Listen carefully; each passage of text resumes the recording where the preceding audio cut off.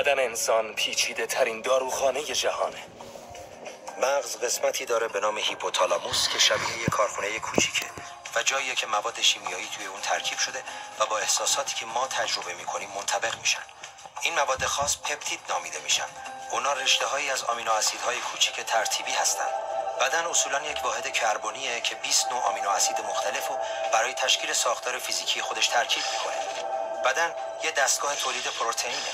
قسمت هیپوتالاموس بدن ما پروتئین‌های کوچیک زنجیره‌ای به نام پپتید و همه اونا رو در پپتیدهای نورونی یا هورمون‌های نورونی که با حالات احساسی ما در طول تجربه روزانه مطابقت دارن جمع‌آوری میکنه.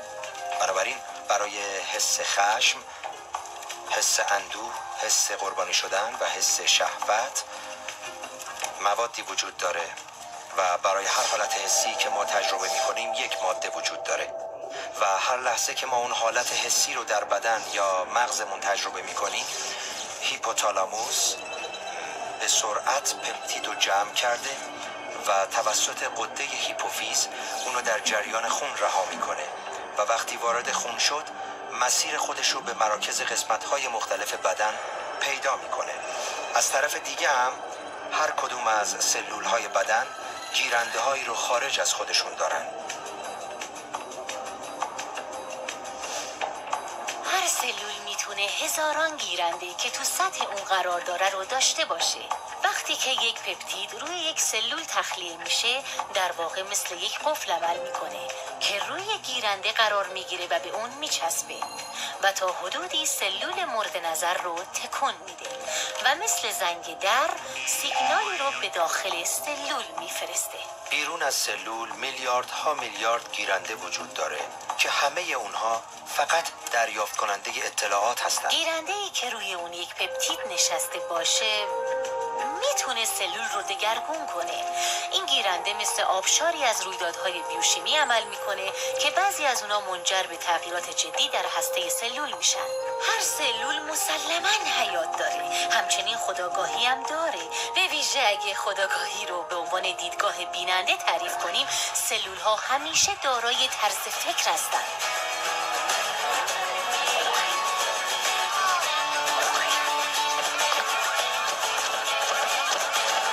سلول ها کوچکترین واحد خودآگاه بدن هستند. من گشتم.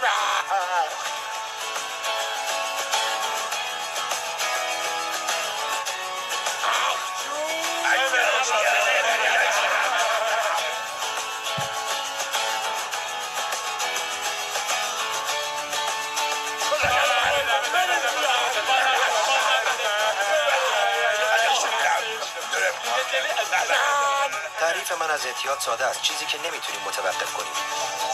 ما با خلق وضعیت‌هایی که به میل مواد شیمیایی بدن ماست حالت‌هایی رو برای بدن خودمون ایجاد می‌کنیم که در جهت فعالیت بیوشیمی سلول‌های بدن ماست. یه معتاد برای اینکه از مواد شیمیایی لذت بیشتری ببره همیشه به مقدار بیشتری مواد احتیاج داره.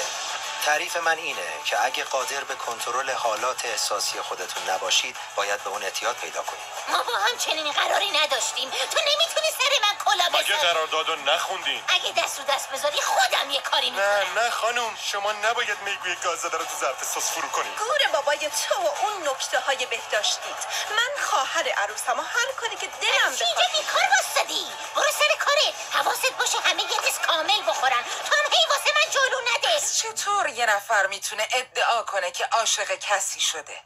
برای مثال اونا تنها عاشق انتظار برای احساساتی هستن که به اونا اعتیاد دارن، چرا که همون فرد ممکنه به خاطر برآورده نکردن نیاز دیگه مورد علاقه اون نباشه. این منظره دیدگاه احساسات ما را تو زمینه نیازهای فردی و هویت تغییر نمیده؟ ما همه احساسات هستیم و احساسات از ما. احساسات رو نمیشه از انسان جدا کرد. وقتی این چیزا رو در نظر بگیریم جنبه های مختلف گوارش و هضم غذا، عضله هایی که بسته و باز میشن، گروه های مختلف سلولی که برای تغذیه در رفت و آمد هستن تا قسمتی رو در ما یا مرمت کنن، همه تحت تاثیر مولکول های احساساتن. اگه بپرسید که آیا احساسات مضر هستند باید بگم اونا مضر نیستند. اونا خود زندگی هستند. اونا به غنای تجربیات ما رنگ میدن. این اعتیاد ماست که مشکل سازه.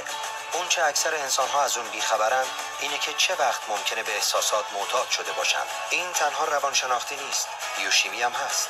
هروئین در مورد سلول های ما از همون مکانیسم گیرایی استفاده میکنه که مواد احساسی ما استفاده میکنن. واضحه که اگر ما بتونیم به هروئین معتاد بشیم، اون وقت میتونیم به هر پپتید نورونی و هر احساسی معتاد بشیم. اگر ما یه سلول رو با مواد و نگرشی خاص مرتباً به صورت روزمره بمباران کنیم، اون سلول وقتی نهایتاً تقسیم میشه و یک سلول خواهر یا دختر رو میسازه، سلول بعدی گیرنده های بیشتری از حالت عادی از اون نوع خاص پپتیدهای نورونی و گیرنده های کمتری برای مواد معدنی، ویتامین ها، تبادل مایعات و دفع مواد سمی خواهد داشت.